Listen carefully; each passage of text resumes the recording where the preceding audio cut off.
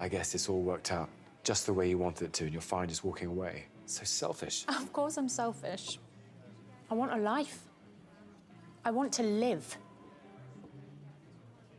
What's wrong with wanting something, Loki? What do you want?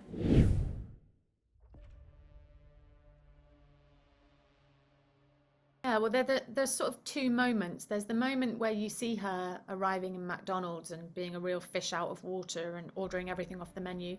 And then you see her, like you say, a little time later where she's working there and she's created this whole life for herself and she's trying to assimilate and she's playing almost at being normal and being happy.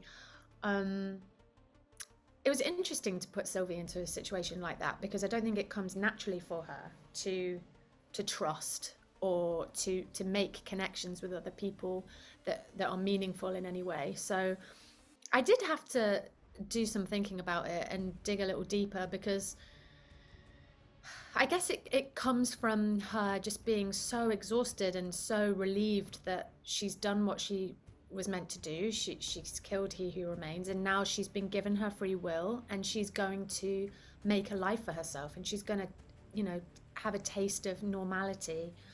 And this new sort of persona she's trying on is then obviously put under threat. And I think it's just very sad when she realizes that she's never going to be allowed to have that, and that it was all just a bit of a game really anyway.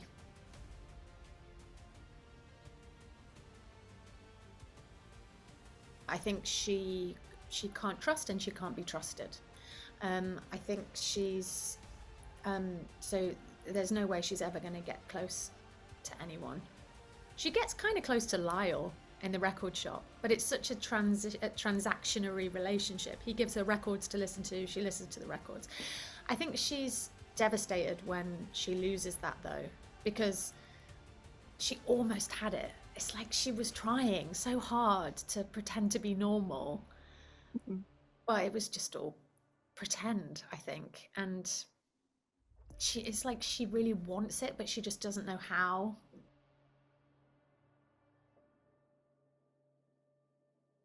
Yeah, she's still trying at that point to build a life and to protect it from being taken away. So that's just her saying to Loki, look, I'm trying to do this. Maybe you should go and do the same thing. Just go and live your life. Like, try and be happy. That's what I'm trying to do. And she's like viciously trying to protect it and protect her choice, because she believes that she's right and that everyone should have this free will to be able to decide what they do with their life. And this is her like actively doing that, sort of practicing what she preaches.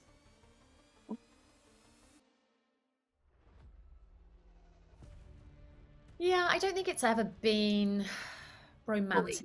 Yeah. I know it's been hinted at, or there's been some like close calls, but I think they love each other, but on a different level.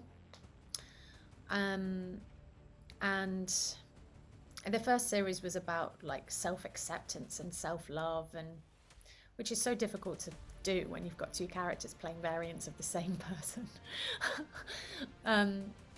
But yeah, it's an interesting take on it, and I love hearing about all the different theories.